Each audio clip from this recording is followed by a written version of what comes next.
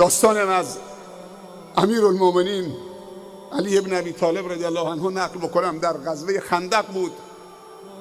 پهلوان قریش عمرو ابن عبدود کسی بود که اگه چرمی زیر پاش میگذاشتن 50 پهلوان جوان نمیتونست اون چرم از زیر پاش بکشه، مگر اینکه اونجایی که پا گذاشته چرم پاره میشد. در غزوه خندق وقتی که امیرالمومنین از اون خندق پرید، این در مقابلش سبز شد. گفت باید از روی جنازه من برید. مثل این که علی رو تحقیر کرد، گفت برو جوون، برو یه نفر در خور من بفرست، پهلوان قریش و عرب. گفت فقط من، ببخشید، عمرو ابن عبدود از خندق پرید. حضرت علی در مقابلش ایستاد، گفت از روی جنازه من باید رد بشید. گفت برو که در خور من نیستید. گفت نه، از روی جنازه من. با اون ذوالفقارش با هم دیگه درگیر شدن. عمرو ابن عبدود رو به زمین زد و لبه شمشیرشو گذاشت رو حلقومش. در همین اثنا این پهلوان قریش، معذرت میخوام، آب دهنش پر کرد تو صورت حضرت علی رضی الله عنه. میتونست اونجا فشار بده، یعنی این حلقومش و این رگ گردنش زیر تیغ ذوالفقار بود، ولی شمشیرشو کشید گذاشت تو غلاف، گفت بلند شو. بعد از اینکه آب دهن انداخت تو صورتش گفت بلند شو. گفت یک بار دیگه. دوباره با هم دیگه درگیر شدن، دوباره خوابوندش رو زمین، ذوالفقار رو گذاشت رو گلوش. گفت علی قبل از این که منو بکشی فقط بهم بگو چرا بار اول منو نکشتید.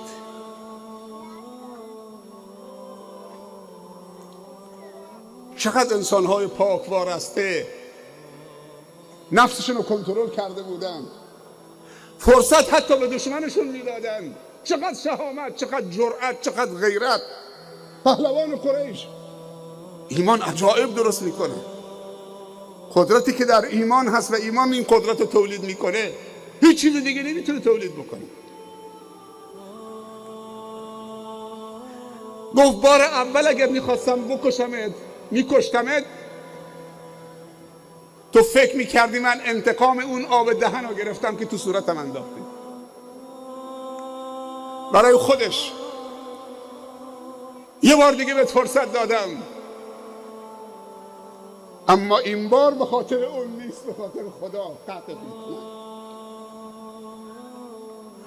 همین شخصیت وقتی ابن ملجم خنجر رو فرو کرد تو پیشانی مبارکش، همیشه پیامبر صلی الله علیه و سلم به علی میگفت که ای علی، شما با ضربه‌ای شهید میشید که میاد تو پیشانی، خون فواره میزنه، صورت تو، ریش تو، سینه در بر میگیره، اون ضربه شهادت توست.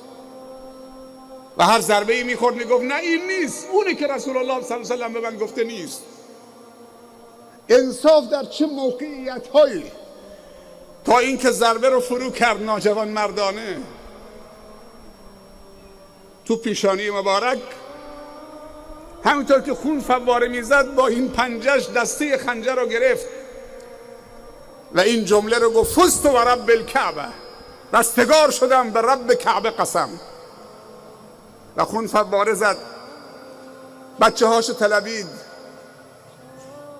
گفت پسرم اگه این ضربه شهادته و باباتون شهید شد و شما دو تا حالت داری، میتونی قاتل باباتون رو ببخشید و میتونی قصاص بگیرید.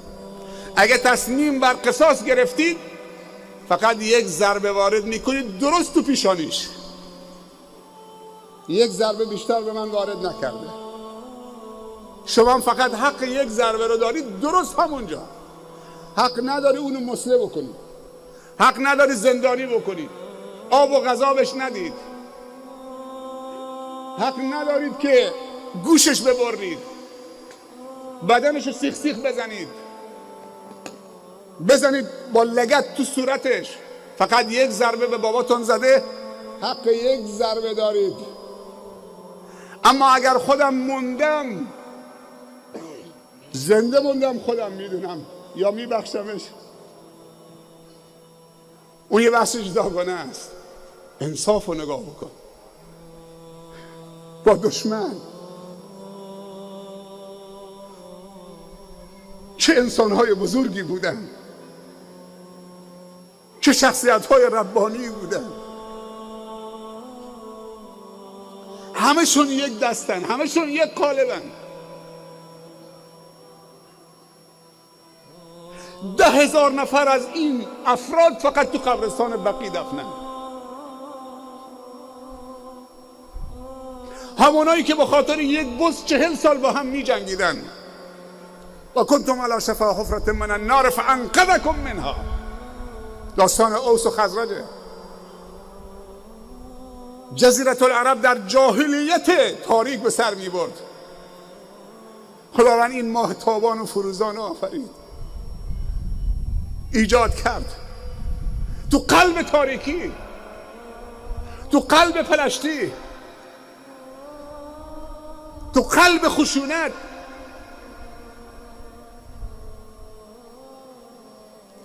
این معلم مهربان، این دلسوز، این خیرخواه، ما خود تو را ندیدیم، نام خوشت شنیدیم، دین تو برگزیدیم یا مصطفی محمد. ما خود تو را ندیدیم، فقط نام خوشت شنیدیم. و رفعنا لک ذکرک، نام خوشش شنیدیم، شیفته و دلباخته شدیم. اسمش برده میشه، دلهامون میلرزه، چشمامون میلرزه. اون چه مهربانی بود، چه انسان دوست داشتنی بود، چه رحمت مهداتی بود. و ما ارسلناک الا رحمتا للعالمین. نه تنها برای انسان ها، نه تنها برای مسلمان ها، نه تنها برای بشریت، بلکه برای همه موجودات رحمت بود. چرا نباشه؟ یکی از احادیثش اینه: ان الله کتب الاحسان علی کل شیء. خداوند نیکی رو در حق همه چیز واجب کرده. فاذا قتلتم فاحسنوا القبله. اگر حیوان حلال گوشتی که خدا اجازه داده اونو ذبح بکنید، میگه در بهترین زیبایی و بهترین وجه اونو ذبح بکنید. یه وقتی من بچه بودم، هنوز تو ذهنمه، تو منطقه وقتی میخواستن مرغ و خروس رو ذبح بکنن، یه سیخی از درخت نخل میکندن، زبان خروس و مرغ رو بیرون می آوردن، میزدن زنده زنده سیخ تو زبان مرغ و خروس، اینطوری قفل میکردن، بعد سرشو میبریدن. میگه کاردتو تیز کن، ولیحد احدکم شفرته ولیرح ذبیحته. یک زنی به خاطر یک گربه‌ای در قوم بنی اسرائیل جهنمی شد. 3 روز گربه گرفت، تو انبار گذاشت، تو آشپزخانه در رو قفل کرد، نه آب بهش داد، نه غذا بهش داد، نه اجازه داد برای خودش شکاری بکنه. بعد از 3 روز که در باز کرد، گربه چه مرده. خداوند برش خشم گرفت به خاطر یک گربه‌ای. در اسلام مورچه هم حرمت داره، درخت هم حرمت داره.